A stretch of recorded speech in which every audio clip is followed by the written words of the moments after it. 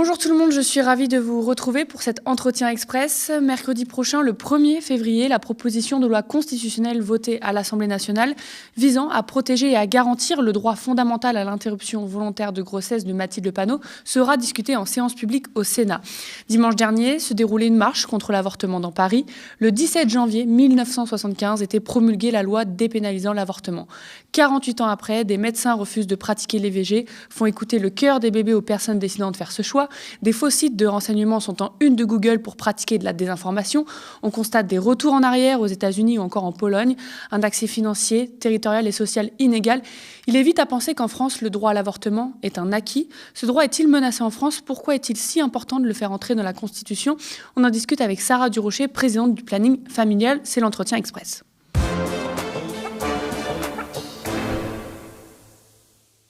Bonjour Sarah Durocher. Bonjour.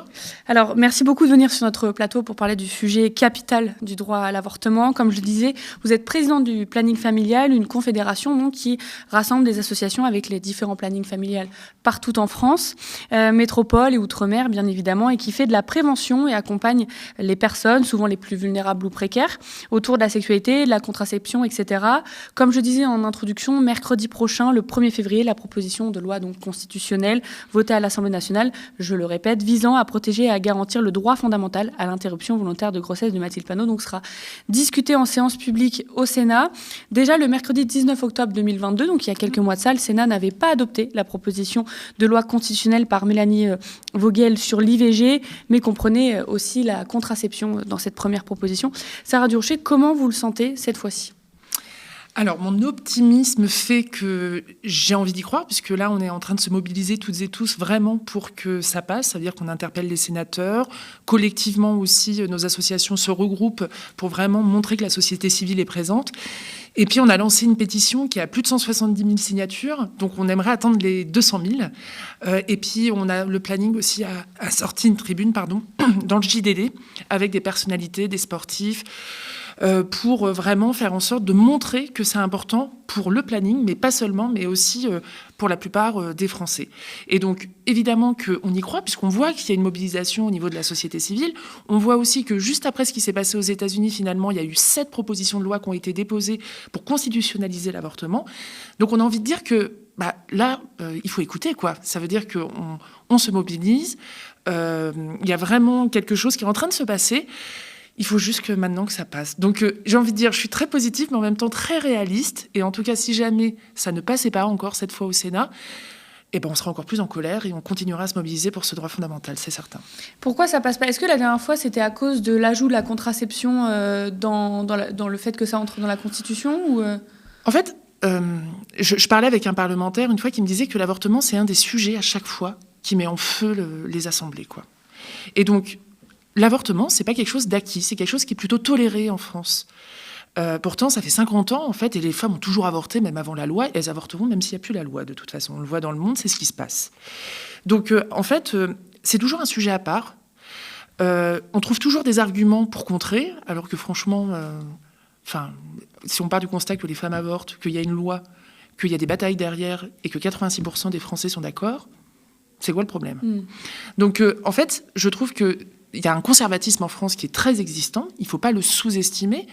On a aussi 80 parlementaires Rassemblement national, qui sont à l'Assemblée. On a eu pendant 6 mois, pendant les campagnes, des discours haineux, sexistes, LGBT-phobes. Je veux dire, on est dans un contexte, un environnement qui n'est pas surprenant, finalement. Donc, c'est ça qu'il faut aller pousser. Et puis, nous, ce qu'on veut, c'est que Emmanuel Macron se positionne et fasse un projet de loi. Et encore une fois, vous parliez des manifestations. En fait, il n'écoute pas la société, il n'écoute pas les associations, il n'écoute pas la parole des Français et des Françaises là-dessus, sur les retraites et sur l'avortement aussi. Vous avez écrit une tribune, vous le disiez, le 15 janvier, 48 ans après la loi Veil, le Sénat a rendez-vous avec l'histoire. Qu'est-ce qui se joue là maintenant? Pourquoi c'est si important de faire entrer l'IVG dans la Constitution? Parce que l'avortement, il est menacé. Ça veut dire que les personnes qui vont dire il y a une loi, c'est bon en fait finalement. Non. Concrètement, nous, sur le terrain, on voit qu'il y a des vraies difficultés d'accès à l'avortement, des vraies difficultés d'information. Et vous le disiez juste avant, en fait, on a plein de personnes qui viennent nous voir et qui disent « mais je suis tombée sur un site, c'était un peu bizarre quand même ». Et en fait, nous, au planning, quand une femme arrive et nous dit « moi, j'ai envie d'avorter », on ne va pas commenter ça. Nous, notre objectif, c'est de lui donner une réelle information et de l'accompagner si elle souhaite être accompagnée là-dedans, en tout cas. Donc, en fait, il y a vraiment de la désinformation qui existe. Vous parliez aussi de la manifestation. Il y a des ennemis de l'avortement. Ils ont toujours été présents. Donc, ils sont bien là. Et en plus, ils sont organisés, que ça soit au niveau européen, au niveau national, mondial. Et puis, il ne faut pas oublier que les anti-choix, ils ont eu des victoires. Que ça soit aux États-Unis, que ça soit en Pologne, que ça soit en Hongrie, que ça soit bientôt en Italie. Ils ont des victoires aujourd'hui. Alors évidemment que dans certains pays, on dépénalise l'avortement, ils ont perdu. Mais quand même, là, ces derniers mois, ces dernières années, on a des alertes fortes. Et en fait, de penser qu'en France, ça ne pourrait pas se passer, c'est vraiment penser vraiment supérieur aux autres. Et donc, vraiment pour nous, on sait qu'à partir du moment où la droite conservatrice, que l'extrême droite arrive au pouvoir, la première chose qu'ils attaquent, c'est le droit des femmes, dont le droit à l'avortement. En Italie, ça s'est vu. C'est la première parole politique qu'elle a donnée. Et puis l'autre signe aussi, c'est de constitutionnaliser l'avortement. On serait les premiers au monde à le faire. Et en fait, il ne faut pas sous-estimer qu'on regarde beaucoup la France sur les questions d'avortement. Et finalement, si on arrivait à faire ça en France, ça pourrait résonner dans d'autres pays. Et ça pourrait être mobilisant, en fait, une vraie mobilisation européenne pour le droit à l'avortement, qui, encore une fois, je le dis, toutes les 9 minutes, une femme meurt d'un avortement. Aux États-Unis, des femmes vont mourir, là. En Pologne, des femmes vont mourir également. Et encore une fois, ça sera des personnes qui auront plus de moyens, qui auront accès à l'avortement. Et pour nous, c'est inentendable. Oui, parce qu'on parlait donc dans quelques années, évidemment, la prochaine élection présidentielle, il y a malheureusement ce risque que l'extrême droite arrive au pouvoir. Si l'IVG entrait dans la Constitution, il ne pourrait plus y toucher. Ça serait compliqué. Plus difficilement. On va dire que ça serait plus compliqué. Et puis, à l'Assemblée nationale, là, Mathilde Panot a fièrement porté cette PPL et on a réussi, je trouve, quelque chose de très transpartisan et les associations ont été derrière ces propositions de loi. On a vu le Front National tout d'un coup amender et dire « mais si, nous, on est pour la constitutionnalisation ». Il y a la moitié des parlementaires qui ont voté pour. Mais nous, on n'est pas dupes, en fait. Ça veut dire qu'on sait très bien que quand l'extrême droite arrive, l'IVG, c'est fini. Les droits des personnes LGBT, c'est fini. Et donc, en fait, ils sont pour la loi Veil, mais il ne faut pas oublier qu'il y a eu 7 propositions de loi depuis, qu'en 50 ans, on a fait avancer les choses, et qu'en fait, ce qu'ils veulent, c'est restreindre l'avortement. Sauf que nous, on veut faire avancer l'avortement, parce qu'on a encore du boulot là-dessus, qui répond tout simplement aux besoins que nous, on observe au quotidien, en fait. Et en fait, ils veulent restreindre à la loi Veil. Et la loi Veil, ça veut dire que les mineurs ne peuvent pas avorter. Ça veut dire qu'on est dans des délais vraiment moindres. Ça veut dire que c'est pas remboursé par la sécurité sociale. Ça veut dire que ça va mettre de côté un grand nombre de femmes. Justement, vous dites qu'il y a encore des efforts à faire sur l'avortement. Est-ce que vous pouvez nous expliquer ? Parce que, comme je l'ai dit au début, il y a vraiment cette impression qu'en France, on peut avorter comme on veut, que c'est limite un moyen de contraception. Il y a ce genre d'idées reçues qui sont évidemment fausses. Quels sont aujourd'hui les accès restreints à l'IVG en France ? Quels sont les problèmes que vous rencontrez, vous, au quotidien, sur le terrain ? Alors, je dirais, moi, le premier, déjà, peut-être donner quelques chiffres sur l'avortement, parce qu'il y a beaucoup de représentations. En fait, il y a une femme sur 3 qui aura recours à l'avortement. Je ne sais pas combien vous êtes de femmes là, mais en tout cas, il y en aura une sur 3 qui aura recours dans sa vie à l'avortement. C'est moins de 7% des mineurs qui avortent. La plupart des femmes qui avortent, elles ont entre 25 et 30 ans. Et nous, ce qu'on voit au planning, c'est des femmes qui arrivent, qui nous disent « moi, je veux avorter, et puis vous me donnez un médicament, et puis voilà ». Ah non, c'est pas comme ça que ça se passe. Donc en fait, déjà, on voit que déjà, il y a une grosse difficulté juste d'avoir l'information de ses droits et de comment ça va se passer. Donc déjà, il y a un gros boulot à faire là-dessus parce que les anti-choix, ils vont là-dedans. Ça veut dire que comme on n'en parle pas, finalement, si on avait de l'information très jeune sur ses droits et sur les questions des droits sexuels et reproductifs, on serait vachement plus armé pour choisir, pour décider. Et ça, c'est une certitude. Donc ça, c'est vraiment le côté éducation et information qui est quand même assez important puisque les anti-choix vont là-dedans. La deuxième chose, c'est qu'aujourd'hui, on a des difficultés d'offres. Il nous manque des médecins pour faire les avortements, de professionnels de santé, parce que c'est très médicalisé encore en France, et nous, on pousse à ça un peu de démédicaliser l'avortement. Et en fait, il y a des fermetures de structures de proximité. Ça veut dire que dès qu'il y a une maternité qui ferme, et on sait qu'au niveau de la santé, c'est compliqué, vraiment, et dès qu'une maternité ferme, il y a un centre IVG qui ferme. Et donc, ça veut dire qu'il y a des femmes qui vont se retrouver à devoir changer de département pour avorter, ou qui vont prendre une méthode où vous n'avez pas forcément envie, puisqu'il y a 2 méthodes en France, et normalement, dans la loi, il est inscrit qu'on a le choix. Mais on est très, très loin des réalités. Et puis, ça n'intéresse pas, ça veut dire que ce n'est pas un acte valorisé. Et aujourd'hui, si on met santé avec argent, puisque c'est ça aujourd'hui, on parle bien de ça, et finalement, c'est pas super chouette de faire des avortements, c'est pas valorisant. Donc il y a ce côté vraiment très stigmatisé de l'avortement, le manque de professionnels, le manque d'offres, la désinformation, les anti-choix, beaucoup de choses en fait. Oui. Et puis, juste un symbole, dans la loi portée par Alban Gaillot sur l'allongement des délais, parce qu'on a réussi à allonger de 2 semaines, super. Tous les 20 ans, on va augmenter de 2 semaines.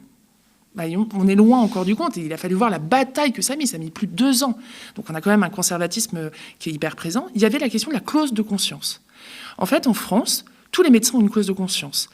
Le seul acte où il y a une clause de conscience, c'est l'avortement. C'est-à-dire que c'est une clause spécifique. Elle est très symbolique, en vrai. Mais ça veut dire, encore une fois, que c'est un acte à part, que c'est quelque chose d'à part, alors que nous, on dit, ça concerne une femme sur 3. C'est-à-dire que les médecins, ils ont le droit de refuser. Ils ont le droit de refuser, il faut qu'ils réorientent. Mais ça, c'est tout acte. La seule chose, c'est que dans la loi, c'est marqué de cette manière-là. Donc nous, des fois, juste d'avoir l'information de qui fait des avortements, des fois, c'est hyper compliqué. C'est pour ça que nous, on porte le numéro vert IVG, contraception, sexualité. Je me permets de le dire, puisque je sais que vous êtes beaucoup regardés. Il y a un numéro spécifique qui est le 0800 08 11 11, porté par le planning, financé par l'État, pour donner une vraie information et surtout pour savoir, si jamais il m'arrive ça, où est-ce que je vais aller. Parce qu'il y a des femmes qui ont des parcours, qui sont renvoyées de médecin à médecin, et donc c'est hyper compliqué. Et puis le parcours est compliqué, ça veut dire qu'il faut faire 4 entretiens pour avorter. Alors qu'on pourrait simplifier les choses. Et imaginez, si vous devez faire 70 km pour aller avorter, 4 rendez-vous, déjà il faut avoir les moyens de bouger. Et puis, il faut pouvoir, si on travaille, Et donc, il y a quand même pas mal d'entraves à l'avortement aujourd'hui. Et c'est important de rappeler le numéro vert, parce qu'il faut faire attention. Sur Google, quand on tape IVG, un des premiers sites qui arrive, c'est un faux site. Enfin, c'est un site de désinformation, où ils font croire que c'est un site de l'État qui parle de l'IVG. Et on descend quelques lignes, et c'est comment éviter l'avortement, comment garder votre bébé. Donc c'est important de rappeler ça. Je me permets juste, c'est une grosse bataille. Il ne faut vraiment pas sous-estimer. Il y a une loi que Laurence Rossignol a portée sur le délit d'entrave. Aujourd'hui, il y a très peu de femmes qui portent plainte, parce qu'encore une fois, c'est hyper compliqué d'être public. Nous, on a beaucoup de journalistes et de vos collègues demandent des témoignages de femmes qui ont avorté. Très peu acceptent. Donc ça veut dire encore le tabou qu'il y a autour de ça. Et vraiment, les anti-choix se mobilisent là-dessus. Et juste, aux États-Unis, on a vu que la majorité de la population était d'accord et qu'ils étaient minoritaires. Sauf que la minorité, elle a réussi à faire basculer les choses. Donc ne sous-estimons pas ça. 86% des Français sont d'accord, sauf qu'on a une minorité qui a de l'argent et qui a du pouvoir et qui peut vraiment agir directement. Je le disais, le planning familial, ce sont des associations. On va un peu revenir sur ce qu'est le planning familial. En fait, vous remplacez un service que devrait assurer l'État, si je comprends bien. Alors, en fait, le planning familial, on a 80 associations. Et en fait, on a de l'argent, on est financé par l'État sur des missions qui sont la question de la planification, des centres de planification. Donc, en effet, c'est inscrit dans la loi. Donc, ça peut être porté par l'hôpital ou par des municipalités ou autres. Et en fait, dans certains départements, c'est le planning qui le porte. Et après, on a les EVARS, qui sont des établissements d'information, où là, il n'y a pas de médecin. Et l'ensemble de nos associations sont EVARS, sont des lieux d'accueil. Et ça, pareil, c'est inscrit dans la loi. L'objectif, c'est de donner de l'information sur la contraception, l'avortement. Donc, on a des financements d'État. On a une définition qui est qu'on est féministe, on est d'éducation populaire, et que bien évidemment, on est dans un accueil, on est très attentif à l'accueil des personnes, à la parole des personnes, et l'objectif qu'on a, c'est de faire remonter ce qu'on observe sur le terrain et la parole des personnes qui ne peuvent pas être entendues, pour vraiment faire bouger la société, avec une société plus juste évidemment, et où les personnes qui sont le plus éloignées du droit aient accès au droit. Vous avez des subventions de la part de l'État, vous venez de le dire, mais comment elles évoluent ? Parce qu'on avait vu en 2019 que vous aviez subi plusieurs baisses de financement, que vous luttiez contre cette évolution-là. Quel impact, est-ce que vous pouvez nous raconter un peu ça, et quel impact ça a concrètement sur vos actions ? Alors en fait, le planning, on est une association qui a des positions politiques qui ne plaisent pas à certains et certaines, ça c'est certain. Au niveau de l'État, on n'a pas de baisse de financement. Par contre, au niveau local, il faudrait qu'on refasse un petit inventaire de tout ça. Ça serait intéressant même de voir l'évolution avec les années. c'est en fait sur les collectivités territoriales, par exemple des mairies, des conseils régionaux, des conseils départementaux, qui sont élus, qui ont eux aussi et elles aussi une opinion politique, et évidemment qui peuvent ne pas être d'accord avec le planning familial. Et là, bien évidemment que c'est compliqué et qu'il peut y avoir des subventions qui peuvent être remises en cause. Moi, je ne pourrais pas vous dire le chiffre là, nationalement. En tout cas, moi, ce que je peux vous dire, c'est que le planning est là depuis longtemps, fait des actions, et ça, on est reconnu pour ça. Par contre, au niveau étatique, ça n'a pas bougé. On a un petit peu peur dans 3 ans. Et voilà, c'est une peur quand même qu'on a. Pour l'élection présidentielle. Voilà, donc en même temps, on est force de projet. Donc voilà, mais c'est une bataille, en effet, dans certains environnements politiques, c'est une bataille pour avoir des financements. Je reviens un peu pour terminer sur les clichés qui circulent autour de l'avortement, comme quoi ce serait quelque chose de facile, ce serait un moyen de contraception, elles avaient qu'à se protéger, des choses comme ça. Même dimanche dernier, pendant cette marche pour la vie, contre l'avortement, il y avait des mots qui étaient utilisés comme une aide active à mourir, ce genre de choses. Est-ce que vous pouvez déjà nous déconstruire ces clichés et comment on lutte contre quand c'est des idées très bien ancrées ? C'est hyper compliqué. Alors, il faut passer par l'éducation, déjà. Ça veut dire, je pense que tant qu'on dira que l'avortement est un problème, tant qu'on dira que l'avortement est dangereux pour la santé, parce qu'il y a des personnes qui le pensent, vraiment. Mais encore une fois, si on ne donne pas d'informations et si on ne fait pas bouger ça, ça reste dans la tête. Donc vraiment, déjà, je pense qu'il y a tout ce travail à faire. Il est dur, ce travail, parce que, encore une fois, j'insiste, ils sont très organisés. Je prends un exemple juste. Au mois de juillet, on a accueilli la Première ministre en réaction à ce qui se passait aux États-Unis. La Fondation des femmes nous a dit le planning, on vous aide, il faut réagir sur l'avortement. On a ouvert un chat qui va ouvrir au mois de mars, là, bientôt. Donc on a annoncé publiquement qu'il allait avoir la sortie d'un chat. Sur le même site anti-choix, 2 mois après, c'est financé, c'est mis en place. Nous, on aura mis 2 ans à que ça soit financé. Eux, ils mettent 2 mois. Donc, ils sont vraiment dans des réactions hyper attentives. Pour moi, il faut vraiment faire de l'éducation. Il faut vraiment répondre aux questions aussi. Ça veut dire que nous, on a des femmes qui viennent au planning qui nous disent « Mais moi, je suis contre l'avortement. » OK. Moi, à la rigueur, ça me regarde pas. On peut être contre l'avortement pour soi-même. L'objectif, c'est pas d'empêcher les autres de le faire. Voilà, c'est toujours la même chose. Donc, il faut parler, il faut faire de l'information, il faut faire de l'éducation. Nous, ce qu'on demande aussi, c'est une campagne nationale, parce que là, on bricole, nous, un peu, des fois. Donc, une grande campagne nationale qui réaffirme le droit à l'avortement, qui donne une information. Et puis, faut mettre les sites anti-choix de côté, quoi. Ça veut dire qu'il faut les condamner à un moment donné. Parce qu'eux nous mettent en procès de manière régulière, parce que finalement, eux, ils ont les moyens. Tout ça, c'est ça aussi, c'est que derrière, il y a des financements. Donc vraiment, je pense qu'il faut oser poser ces questions, il faut des espaces pour le faire, il faut venir nous rencontrer aussi, parce qu'on peut aussi ne pas savoir, il n'y a pas de questions idiotes là-dessus, c'est pour ça que c'est important de redire le site, le chat qui va bientôt ouvrir, le numéro de téléphone, et de dire aussi que nos associations sont ouvertes, quel que soit son âge. Parce qu'en fait, au planning, on s'adresse à tout le monde. Donc vraiment, il y a tout ce travail-là à faire, et lutter contre les anti-choix. Et du coup, les arguments principaux contre ces clichés sur l'avortement ? Ils sont faux, donc il faut les déconstruire. Je ne sais pas si vous redonnez-moi un exemple peut-être. Non, mais tout ce qui circule et qui est à peu près effrayant à entendre, mais en fait, il nous faut par exemple, c'est facile. Par exemple, c'est de l'éducation. Ouais. Il faut des financements pour les associations qui militent pour le droit à l'avortement, pour pouvoir communiquer, pour pouvoir informer. Parce qu'aujourd'hui, c'est ça qui nous manque. Il nous manque des moyens et eux ont beaucoup plus de moyens. Merci beaucoup. Merci beaucoup à vous. Je vous le rappelle, donc Sarah Durocher, présidente du planning familial. Merci beaucoup. Merci pour votre accueil.